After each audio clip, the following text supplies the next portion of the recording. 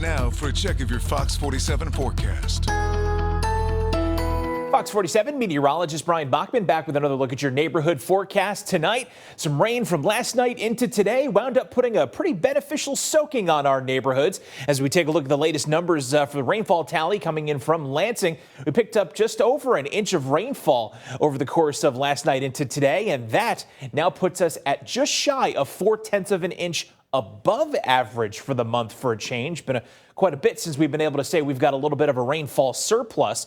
Now, we do still have a bit of a rainfall deficit in terms of the overall seasonal total going back to September 1st, but it did bump it up to a grand total of 2.82 inches so far and cut our deficit down to just over 7/10 of an inch of rain for the season. And we still got a pretty big deficit for the year overall, but hey, just nice to see a good soaking rain that came in across the neighborhoods going into last night and of course today. Now looking at the almanac for temperatures, it's still been a bit of a mixed bag so far. 54 was our low temperature so far for the day, and believe it or not, that happened at just after noon today, 12:34 p.m. to be exact, and our high temperature for the day of 68 was set at 2:39 this morning, as the temperatures have, of course, dropped pretty readily as the day has gone on. Neither record has been in jeopardy out there today, but pretty topsy-turvy weather, all things considered, especially given how summer-like it has been over the past several days.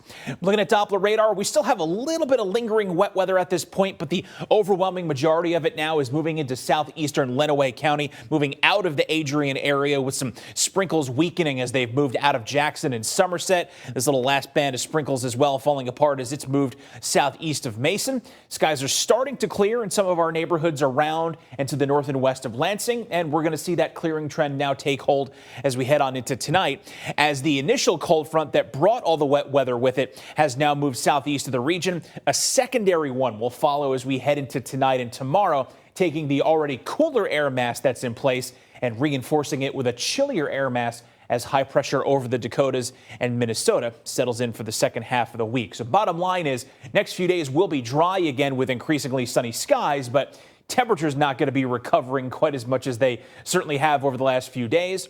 Fall weather looks like it's going to be settling in for a good long stay. So looking at what we're tracking on Futurecast going into the rest of tonight, we'll see clouds actually clear pretty quickly. Even by 8 o'clock, most of us should be over to mostly clear skies. We'll keep that going into the 11 p.m. hour and then staying clear as we head into the overnight hours and into tomorrow morning. More sunshine expected on Wednesday, continuing into the midday period, afternoon and early evening, and we'll repeat that going on into the day on Thursday as well. So for tonight, decreasing clouds, a chilly night ahead. Low temp around 40 degrees, some upper 30s possible in areas outside of Lansing. Sunny skies, cooler than average for a change tomorrow, with the high temp only getting back to about 60 degrees. And I really want to make sure you're prepared for tomorrow night, because our first widespread frost of the season is looking likely, as lows across the board are expected to get into the low and mid 30s.